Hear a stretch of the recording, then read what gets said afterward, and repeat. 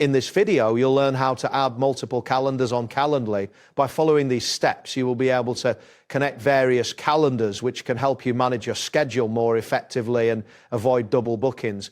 Begin by locating the left side within your Calendly dashboard. This area contains various options for managing your account and settings. Once you find it, click on the option labeled Integrations and Apps. This action will redirect you to a new screen where you can manage your integrations. Next, look for the section titled Calendar Integration.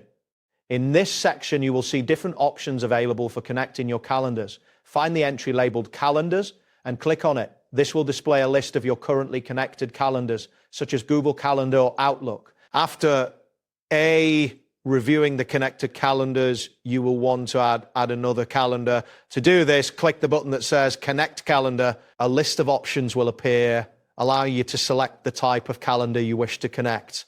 You can choose from Google Calendar, Outlook, or Office 365, or iCloud if it is available. Once you select your desired calendar service, you will need to sign in to that new calendar account.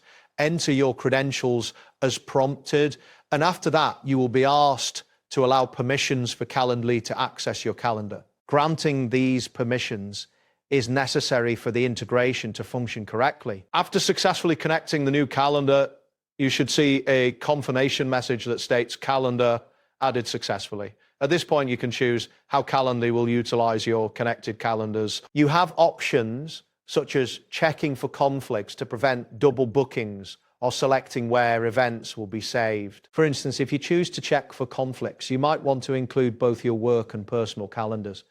Then you can specify that events should only be added to your work calendar. This setup helps you maintain a clear division between your personal and professional commitments. That wraps up today's guide.